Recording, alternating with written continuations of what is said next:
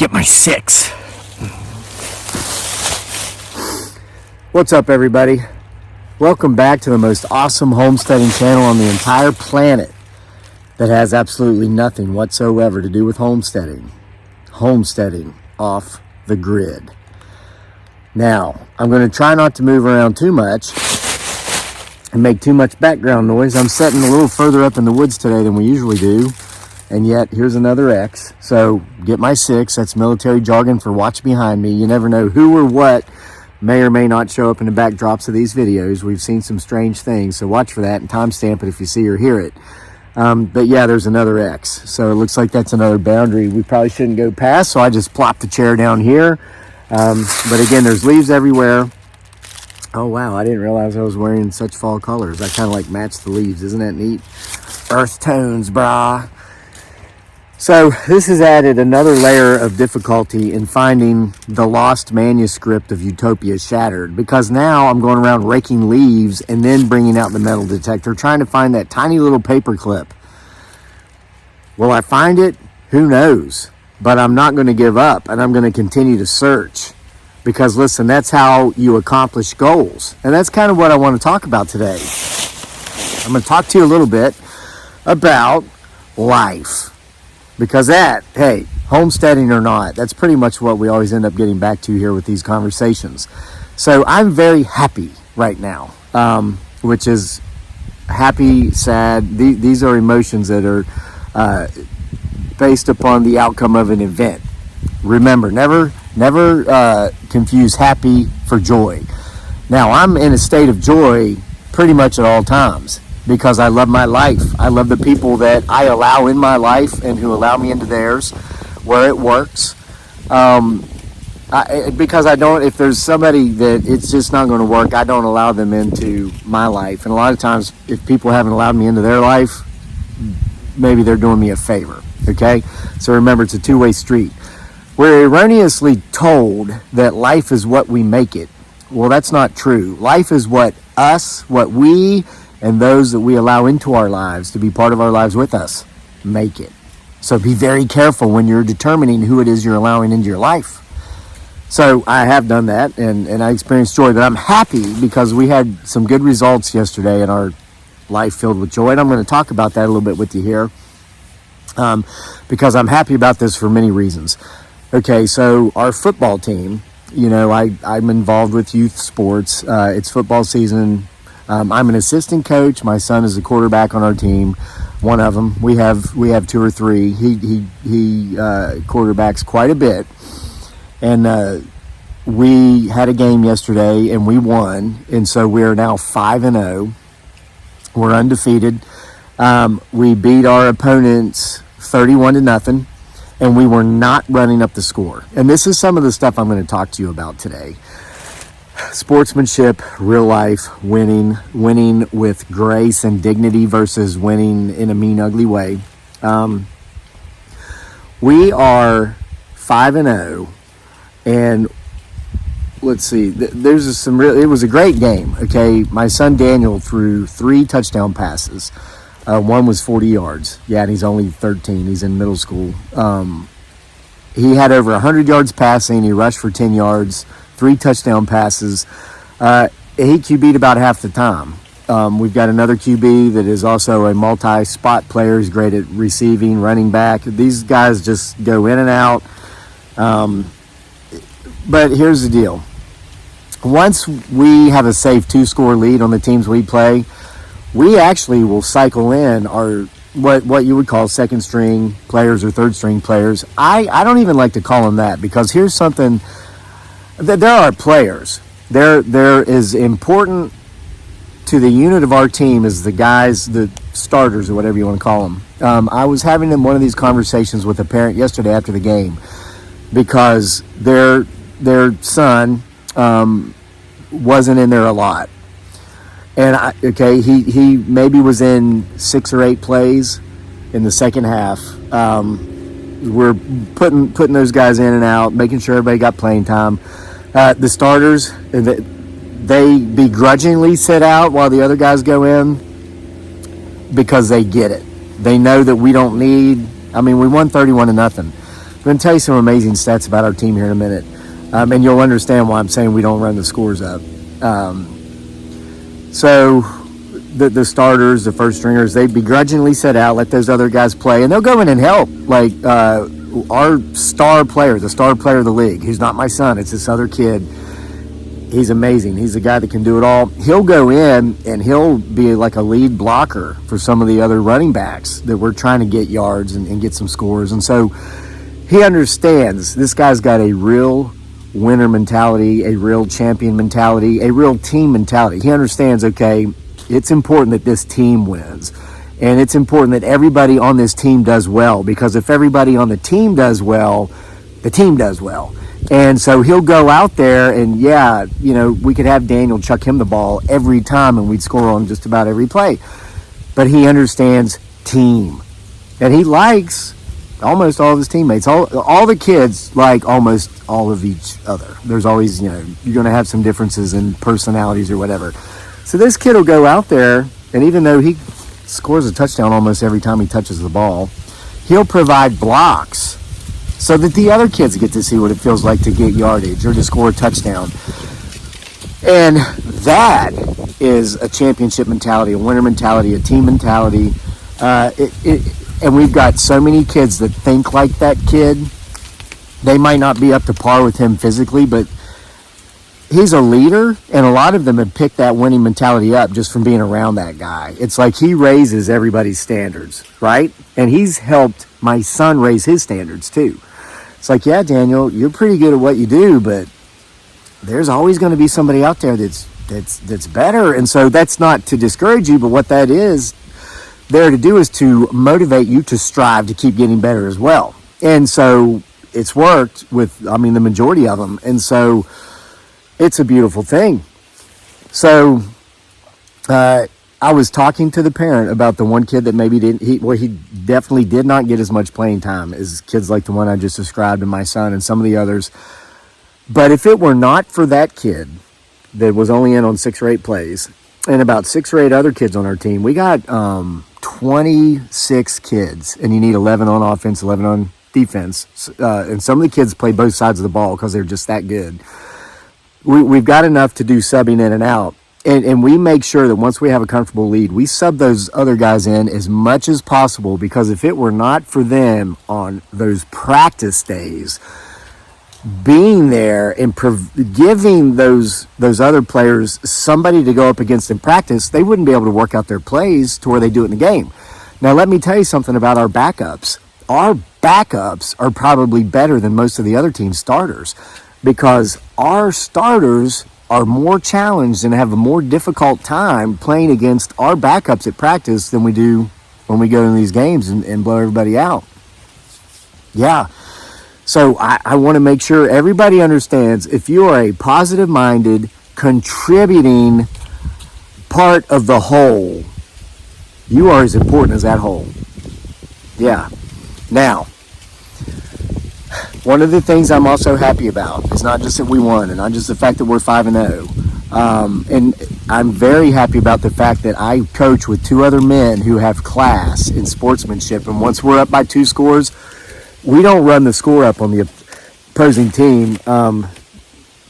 We send in the backups.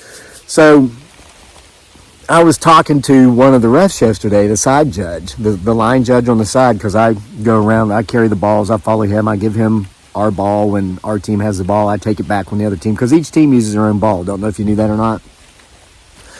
So he asked if we played this other team yet, and we haven't. We play them this coming week. Okay, so despite the fact that we're 5-0 and they're 5-1, they're actually ranked number 1 and we're ranked number 2. Well, why is that? Because they've scored more points than us. Just a few. We don't care. We don't care about ranking. We care about 2 things. Number 1, winning, of course, every game we play, and number 2, winning the championship, which is the end of it. We've got 1 regular season left, and we're playing this other team. Then we go into the playoffs, 1 round of playoffs. You lose, you go home. You win, you go on. And then we'll have the finals. Got to make it there. I believe we will. So this line judge says, if you played this other team, I said, no. He said, oh, man, they're good. They got an explosive offense. They run, the score up. And I said, yeah, we know they run the score up. We're not concerned. We're going to crush them. And the ref's like, you sure? They're pretty good. I mean, you guys are good, but so are they. I said, well, I'm sure they are good. I said, but we actually are looking forward to playing them and crushing them. And here's why. See, when you run that score up, not only do you not let your other players who show up at practice, some of them don't go. I'll get into that here in a minute. Our guys go. Our guys go to practice. So they deserve to be in that game. So when you don't take out your starters or your star players because you want to run that score up, you're doing a disservice to your guys that are going to practice, that are making those starters, helping them become as good as they are, because they're there to be that fodder, so there's that. But then you know what else you're doing? That opposing team on the other side of the field, at least at our level, those are 12, 13, and 14-year-old children. So when you're trying to run the score up so you can have more points than anybody in the league, so you can be ranked number one, what are you doing? Not only to your backups you're not allowing to play, but to those kids on the other side of the field, on the other side of that team, you're crushing their spirits. And me and the other two guys aren't going to do it. We don't need to do it. We understand the progression of success, life, athletics, because it's all connected. Nobody starts out on top. And there are going to be those that have talent and those who have skill more so than the others, and they're going to be pretty good. But if you go in there and you take that and you use that like you would a hammer to just go around smashing and crushing up everything, I mean, that's not sportsmanlike. And actually, if you ask me, it's a form of bullying. So we don't do it. We not only want to make sure our backup players get as much playing time as they can get, we also want, those are somebody's kids over there. And sometimes our kids on the sideline will be like, come on, coach, man, we can do this. This one guy, he's not covering. I'm blowing past him. We can score touchdowns over there all day. Let's run this score up. And I tell them, guys, we're not going to run the score up. Those kids over there are somebody's children. I said, just like you are the child of your parents, how do you think your mom and dad would feel if that team over there was beating us 60-0? Nobody would feel good about that, so we're not going to do it to other people. We secure the win, we get the win, we go on to the next game. So the other team, to our knowledge, from what we hear, they just run that score up. So we're looking forward to it. Because guess what? Here's what happens to the bully. Once the bully's gone around and he's pummeled this kid on the playground and he pummels that kid on the playground, the bully's going to run into that kid who does not take the high road and be the better person. The bully will eventually run into the kid on the playground who's going to say, hey, F around and find out. Well, that's us. And we got him next weekend. All right. Now, with all that said, because there's such a message in this, here's another reason I'm happy. Oh, let me talk about our defense. Our defense in 5 games has only allowed 18 points. In one team, scored 12. One team scored 6. 3 teams, our last 3 games, nobody scored a point against us. I mean, we've got the best defense in the league, and that's what they don't take into consideration in that ranking. Our team has allowed less points scored against them than any team in the league. Okay? But here's something else that makes me very, very happy. I've been involved with youth sports for almost 30 years. I coached way back when I'd just gotten out of college. Coached the children from my first marriage a long time ago, more than 20 years ago.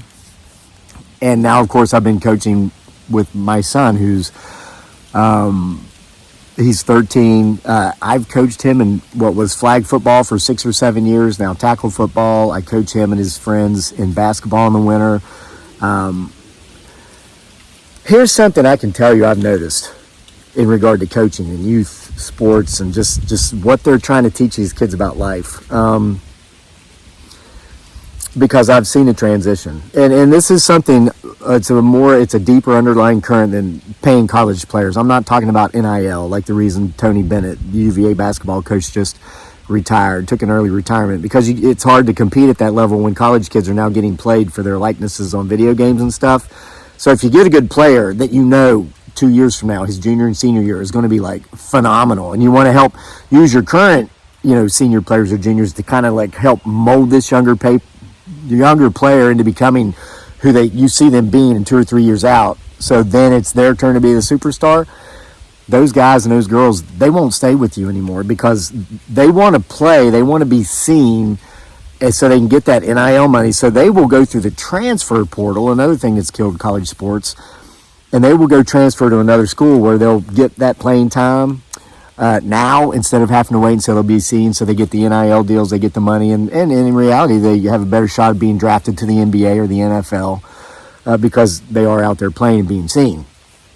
But here's what's going on at the level lower than that, like preteen, middle school, teenage, because this is where I've been coaching for almost a quarter of a century. Now, when I was a child, and it's more than a quarter of a century, almost 30 years. When I was a child, like most of you, you had to win to get a trophy. That's just how it goes. You had to win to be acknowledged or recognized as the winner. Well, now you don't. You just have to participate in most youth organizations. And what we're seeing is that these young children, these young people are being done a great disservice.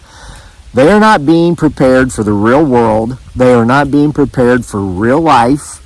And in my area, it's particularly unique because this is a very privileged area, very affluent area, a lot of wealth. And before you get pissed off at me for using that word, privilege, let me tell you, it used to piss me off as well. I get it because I'm self-made, okay? I grew up in Appalachia, spent half my childhood in a mobile home. My parents quit high school. I was a first generation college graduate, had to, I earned my way into my zip code. Anything I have, it's because of my own efforts. And yes, so I get it when somebody who doesn't know my story would maybe call me privileged. It pisses me off, so I don't want to do that to you. Let me tell you this, though. My son, Daniel, he's privileged. Yeah, I did all that stuff to get to where I am. Well, he's here. He's already here. He didn't have to do that. So he's privileged. Now, he's got the benefit of having watched me do those things and seen those things. So he's what you would call second generation. I used to be a financial planner, so this is just how it works with the math and the generation stuff. By the third or the fourth generation in a family where somebody, a patriarch or a monarch, actually made something, accomplished something for the family, it starts to dissipate because the third or fourth generation were not there to see the guy or the girl who worked their butts off, worked 20 hours a day, didn't sleep, only got 4 hours of sleep a day for years, was out here in the dark working at 5 o'clock in the morning, trying to get there, right? They don't see that. So the wealth, whatever's been accumulated, will start to dissipate, and typically by the fourth generation, it's gone. Unless it's huge. And we live in an area where it's like, you look at the Forbes 400, the richest 400 families in the U.S., 200 of them probably live in our county. So there's a lot of privilege, old money. They don't have to worry about it dissipating. But here's the problem with a lot of the kids. Life has been so easy since day one that when they do come to a point where they're challenged and it's a little difficult, they crumble. They don't know what to do, okay? Here's where it's important, where somebody is there to guide them through what to do. Now, what does this have to do with football? Wow, Crazy Lake, you were talking about football and sports and kids, and now you're talking about financial planning and money and generational wealth being transferred down and people being soft, because it's all connected. So back in the 1980s, through about the early to mid 1990s, if you wanted to be acknowledged as a winner, you had to go out there and win. You had to win at something. Now, this is why I always preferred individual sports. I was successful in track and cross country, state champion in high school, ran track in college on full scholarship. And that's because I've always had the attitude that if it is to be, it's up to me. I didn't like team sports when I was younger because you get that one guy on a team that has a bad attitude or is lazy or who doesn't want to be there, but they're doing it because their parents are making them, or they thought they'd try and just, hey, showing up's good enough for me, but they don't have any initiative, no ambition. They bring the whole team down. They will bring the whole team down. And anybody that's ever played team sports know this. So that's why I preferred the individual sports. If I didn't want to go out there and run 10 miles on Sunday on the long day, if I didn't want to go out in the snow when it was 28 degrees, wind chill factor of 18, and the 6 inches of snow on the ground already, and it's blowing more. If I didn't want to go out and run that, well, okay. Well, guess who suffered from that? Me. But if I did want to go out and train in those conditions, guess who would ride that glory train from doing that, putting in the work when the other kids weren't? me. And that's how I did it. It's how I won a state championship. I tell this story to my son and some of the kids on the team. My junior year high school cross country. At the end of cross country season, I had never been to a state meet in my life. Cross country, track, tried and failed 4 times. I had a coach approach me. He was a coach from another team, and he was a great guy. His name was Frank. He was a friend of mine. He had a nephew that ran track that was my age for the opposite school in the county. And this guy, Frank, he would take us to road races in the summer to run 5Ks and 10Ks in the winter. And he had his own amazing story. He was a runner in his youth, but when he was 17, he was thrown out of the back of a truck, and he was paralyzed from the waist down. Well, he became a wheelchair racer. He was like, hey, and this guy, he's passed on now, but he was in his 60s, he'd take us to a 10K road race, 6.2 miles, we'd run. Well, he would compete in the wheelchair competition, man. Yeah, this guy was badass. And so I am so grateful that I had a coach like Frank to help bring me up and say, hey, listen, what happens to you in life is not nearly as important as how you react to what happens to you in life. He's like, look at me, man. I can't even walk, but I'm still racing. It's like, whoa. He's like, don't give up, because I was ready to quit. That's why he had this talk with me. He says, you want to be good? Let me tell you how to get good. He said, track season doesn't start till March. We're in November. He says, if you run every day between now and March, you'll win a state championship. Pick your event. I was like, that's crazy, Frank. I've never even qualified for states. The top 4 in the region go to states. I finished 6th at best ever. He says, how about the mile? You want to win the mile? I said, I'd love to be state champion in the mile. He says, you run every day between now and March, and the hay will be in the barn. The decision will already be made, because there's not another kid in the state of West Virginia, that's where I grew up, who's going to do this. And if you do that, and you're that much further ahead of them, by the time the season even starts, they'll never catch you. I did it. There were 2 days between March and between mid-November, the end of the cross-country season, in March, when track started, that I did not run. 2 days.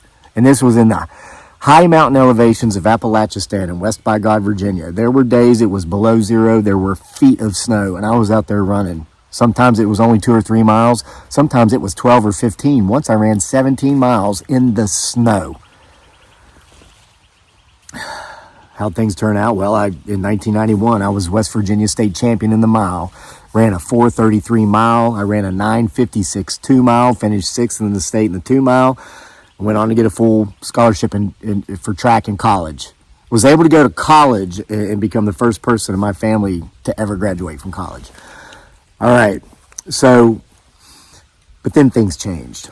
Somewhere in the mid to late 90s, everything had to be fair. Now, I totally support equality. Absolutely. You do not discriminate against somebody because of their skin color, their ethnicity, their gender, their sexual preference, orientation, whatever. No.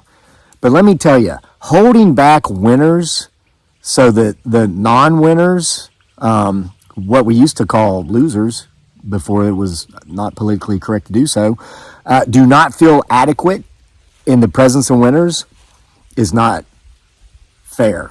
That's not equal. You cannot create equality by holding others back.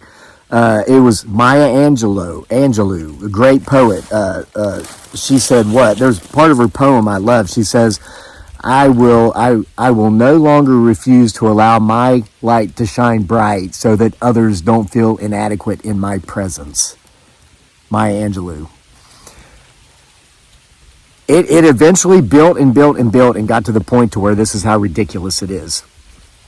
I am so happy. One of the things I'm happy about is that I'm coaching in this league I'm coaching with, and that my son is playing in this league he's playing in, and that we have all those teammates we have, because here's why. And it's not associated with the public school. It is an official state league governed by the state of Virginia. We have to do all the stuff the schools do, the YMCAs. It's not part of the YMCA. We have the background checks for the coaches. We have proper training. There are professionals that oversee this group. It's a legitimate group. But here's the beauty of it not being associated with the public school system or some, other groups. I'll just say that because I coach for multiple groups.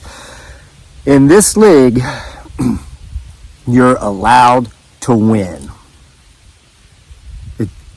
We have been given permission to win. And in this league, coaches have been given permission to coach effectively. Now, not abusively, and that's good. Let me tell you, there is no excuse ever to be an abusive coach. Punishing the children with like harsh militaristic type like stuff there's stuff I did in the Army that we had to do in the Army I would never have children doing in sports. It doesn't belong there, okay? But you think, what do you mean you're allowed to win? Are you not allowed to win in the other places? Pretty much. And let me explain why. So I coach for another group, another organization where it's all about participation. And they have these rules. It's like, hey, on game day, all the players on your team are to be given equal playing time, regardless of ability, regardless of, and that's not the one that bothers me so much, regardless of whether that kid even goes to practice or not. That is a rule. If these kids don't even go to a single practice during the week, but they show up on game day, you have to give them equal playing time to the other kids. Well, what happens? Well, you end up getting you get a few kids like my son and like the majority of the kids on our current football team who are there because they want to play, they love to play, and they want to win. They're competitive in nature, and they put in the time at home, like my son does with me, since we've been here 8 years. I think one of the first things we bought when we got here was a football so we could play in the yard. And I never pushed that on my son. I've always loved football, but always as a spectator. I never played it. I was never tough enough. I couldn't get out there and do that. That's why I ran track and cross country, man. I didn't want some big, huge guy hit me. But I took my wife and son to the UVA football games when we first got here. They fell in love with the sport. Oh my gosh. If there's a home football game for UVA in Charlottesville, it's like we're there. My wife, two things she's fallen in love with since moving to the U.S. from the Philippines is UVA football and catfishing. Yeah. So anyway, it's great. So that's why it's working out so well. Now in the other leagues, though, those were the kids that would get frustrated. True story, and I shared this story with some of the kids' parents yesterday after we won the game.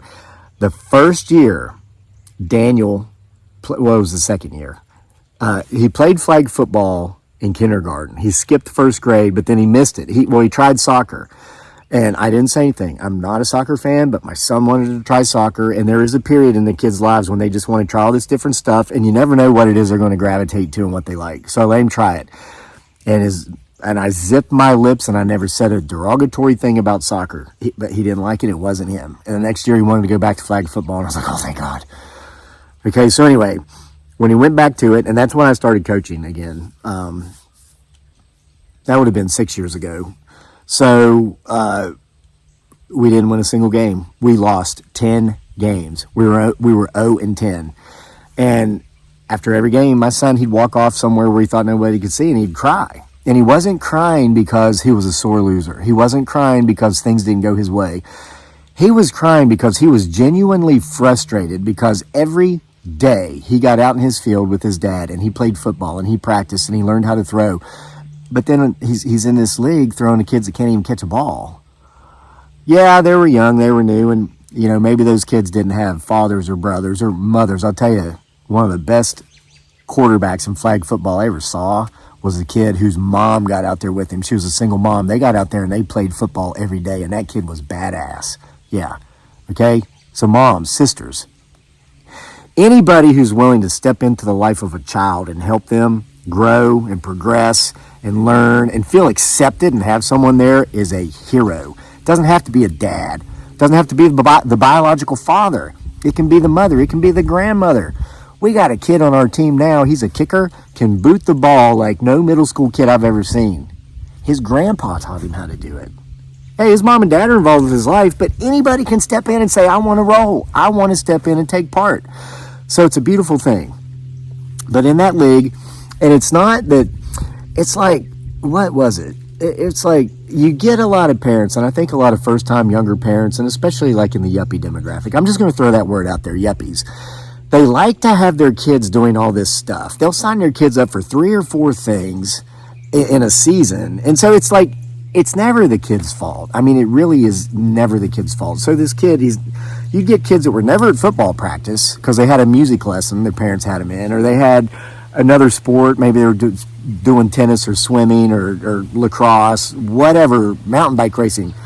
So then they come to the games, they don't catch. They don't know how to catch. They were never taught. They don't know the plays. And as the kids got older, this became more frustrating because by the time they were in 5th grade, 6th grade, they'd all kind of figured out which sports they wanted, okay?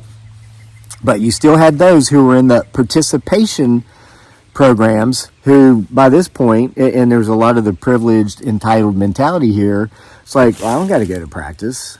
If I do, I don't got to do nothing. But by God, on game day, you better make sure I get my quarter or my 2 quarters just like the other kids, because that's how the math works out.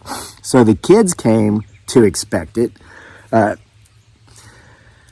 If you could win 3 or 4 games out of 10 in a season under those conditions, you were doing good. Because you basically had 1 or 2 kids who wanted to be there, who were putting in the work, but then they could only play so much because you had to let the kids that never went to practice in and who didn't know the plays in. I mean, there were kids who could catch and were actually not bad, but they didn't know the plays because they never went to practice. So it's very frustrating. Well, now we're with a league where you're allowed to win. And so all those alphas, for example, if I look at the kids on my team that's now 5-0, okay, in tackle football, where, things get real quick, okay? You had those 1 or 2 alphas from all those different participation league football teams all those years crying after games like my son. I guarantee you he wasn't the only one. These other kids on our team now were going off and doing the same thing. They're able to come together as one now and say, hey, we're the alphas. We're the wolves that lead the pack. Let's go out there and let's no longer participate. Let's all go out there and dominate. And that's what they're doing. That's what they're doing. And it's a beautiful thing. Now, these kids are going to go on in life and succeed at whatever it is they do. I know football's not important. And this is what, like in the grand, that is not correct what I said. How do I amend that? Football is very important. So is soccer and basketball and tennis. Sports and athletics and competition is so important because you want to talk, that is going to get your child more prepared for the realities of the real world, more so than that public school bullshit of everybody getting in line, doing the same thing, everybody being equal. Wait a minute, oh, you're done with well, wait, let's let everybody catch up to you. That's setting them up for failure. And to have them think in their mind, all I got to do is show up to participate and I can have the level of success that all these people who are showing up to dominate are going to have, that's a lie.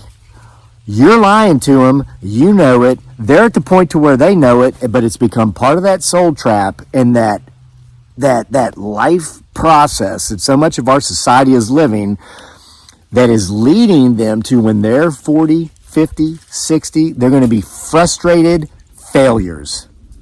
Frustrated failures because they were told and they were taught the whole time, oh, you just show up and you get to participate. Oh, but you don't have to go to all the hard parts like the practices. And that big guy, I wouldn't want to go up against him at practice and have him hit me hard either. Just don't go there, but show up on game day and they have to let you play.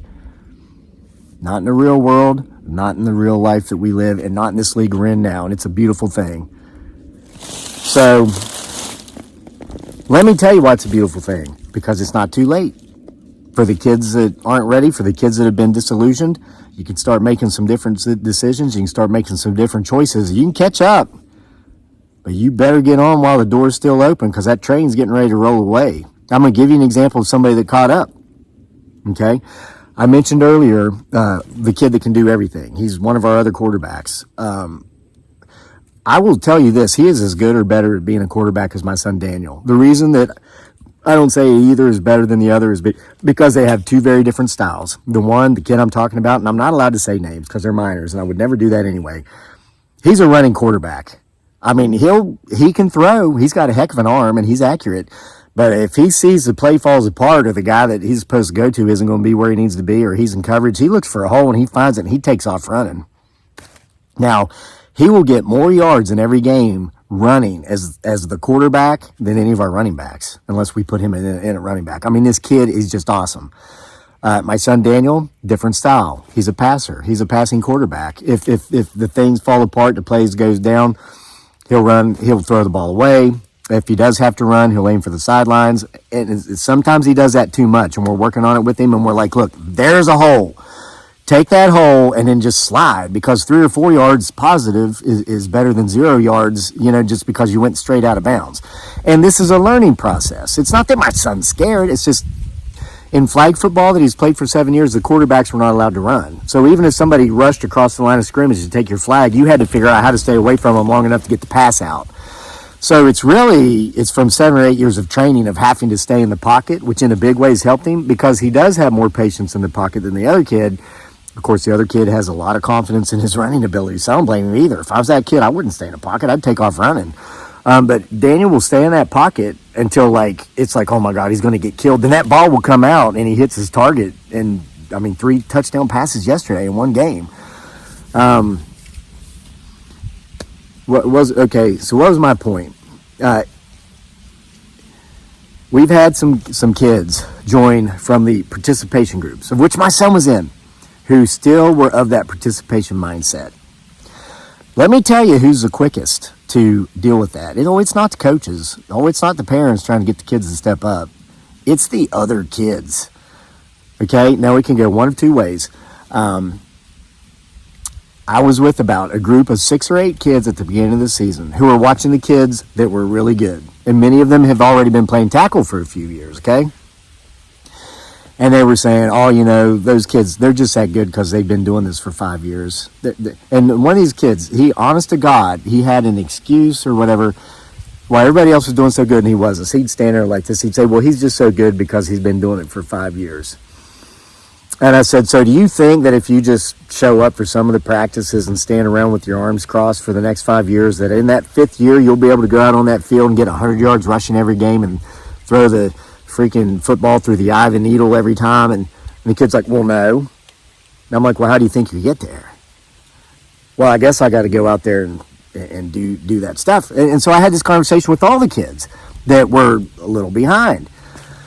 Well, some of them went out there and they're now starters. They took it to heart. We got a couple of those kids that are starters. Let me tell you, one of those kids, he never played football in his life, tackle football or flag football.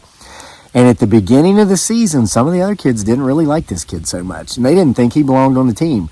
And when we started to hit him, when we got in pads, they were hitting him so hard. I thought, they're going to kill that kid this week. I'm going to have to step in here and say something.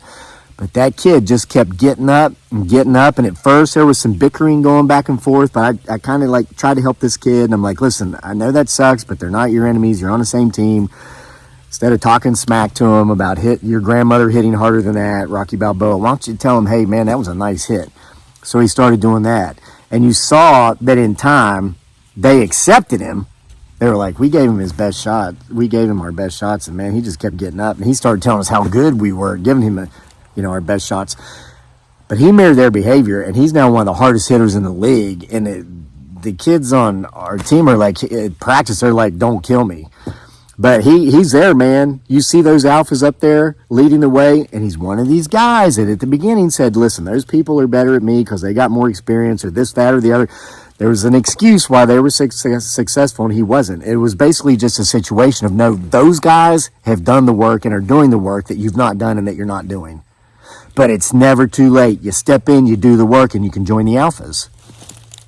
Or you can sit back and you can continue to come up with excuses, not do the work, not go to practice, and you'll remain a beta. You'll remain a participant. So while everybody else is out there dominating and carrying the torch to high to victory, you're just going to be not part of that. And it's unfortunate. And what's so unfortunate is the masses of children being brought up in America today are being taught that it's okay not to go out there and push yourself. It's okay that when things get difficult and challenging just to back off. And, well, as long as you're participating, as long as you're there sometime, well, hey, you're going to be just as good as the rest of those kids. You're going to be just as successful. No, you're not. You're going to be a miserable failure. You're going to be post middle age, you're going to be going into what should be your golden years, and you'll be like, wow, I've kind of sucked at everything. I've never really excelled. And all those guys that I thought, well, they just had it easier because of this, or you're going to look back on it and say, no, they were really putting in the work. And that will translate into adulthood. Look at me. I do it with my social media work. 1.5 million followers across social media. Over 1 million on Facebook alone, 300-some thousand here. Published books. It's because I know what I learned when I ran track as a child. Oh, yeah, if I came on here and made 2 or 3 videos a week for YouTube, or 2 or 3 reels a month for Facebook. Oh yeah, hey, I'm participating. Why aren't I making $500,000 a year like the successful influencers? I'm not talking about Mr. Beast. I'm talking about the hundreds of thousands of us that are making between $500,000 and $1 million a year, which is comfortable living. You know, not everybody on social media is Mr. Beast. A lot of people just understand because they learned it in youth sports. If I get out there and I do it every day, when I do it when I don't want to do it, like running 17 miles in the snow. Well, when I don't want to come out here and make that YouTube video because, oh my gosh, I've already made 50 and my channel's not monetized yet. Well, I had to keep going to get to the monetization. Nothing is going to happen for you. It's not going to happen for you in life. Success is not going to say, oh, hey, what's up, Crazy Lake? Hi, nice to meet you. I'm Success. Let's get together and form a bond. Ain't going to happen. You got to go out there and you find it. And it happens by showing up. Not just to participate, but to dominate. Because guess what? Team sports especially, and when you get a job someday, when you work for a corporation, you got an 8-man crew you're putting in septic systems for or whatever, you're a team. And your teammates know whether you're there to win or not, or they know if you're there just to draw that paycheck. Do the minimal amount of work required so you get paid on the next pay period. They know who it is that's going to let them do 90% of the lifting while the other guy sits back and gets that paycheck. And it doesn't start once you get out of school, high school, college, trade school, deployment in the military. It doesn't start then. It starts in the beginning. It starts when these kids are young. So if you're telling them, oh, yeah, it's okay just to show up and participate. Oh, you got practice that day? Well, shoot, I already planned that trip to go pick apples up there at that orchard up on top of the hill you can see from all over town. Well, you just go to the next practice. You're doing your kid a disservice. And what I will say is this. I hope you're willing to support that offspring of yours for the long haul. Now, I'm not talking about until they're 18. Some of them I'm not even talking about until they're 30. I'm talking about until they're 50. And I guess when you die, you'll be dead, so nothing's really going to matter. But what the hell's going to happen to them when that time comes? If you have enabled your child to absolutely not be able to compete, I mean, whatever. So 95% of the young people that we're working with today with this new league, you know, you hear people talking about their fear for the future, how things don't look good because of the youth. Let me tell you, if we would just step in and tell more kids that it's okay for them to win more frequently, if we would allow these young people, if we don't worry, if that guy gets his feelings hurt because he didn't win, maybe that guy can go off and think about how he might need to do more work. He might need to prepare himself more. But we literally had gotten to the point to where we were guilt shaming winners. Hey, it's got to stop. It has got to stop. And I'm happy and I'm fortunate that my son and I are finally in a league where participation is like, seriously, one of the coaches, and I'm not going to say who, and I'm not even going to say if it's on our team or not, but I was talking, because it wasn't. I was talking to a coach from another team, and he was like, he said he told his kids, I would never tell my kids this, but if your parents told you that it's okay to just show up and participate, your parents are, and it was a word that I'm not going to use on social media. I thought it was kind of harsh, but the fact of the matter is, the coach was right. All right, so I hope you got something out of this. If you saw anything back here or heard anything, make sure to timestamp it so others can see it as well. And I've got a lost manuscript to look for. So I'm about to go get my metal detector and find it. I'm trying to find that lost manuscript for Utopia Shattered. Hopefully I'll find it so I can share that story with you and the rest of the world. See you for more next time from the greatest homesteading channel on the planet that has nothing to do with homesteading whatsoever. Homesteading off the grid.